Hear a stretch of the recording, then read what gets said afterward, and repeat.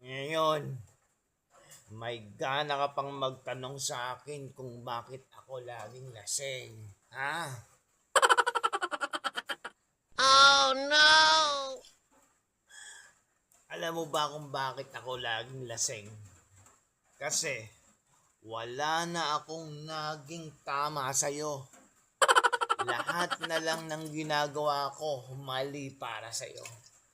Kaya ako naglalasing para kahit papaano naman magkaroon ako ng tama sa'yo.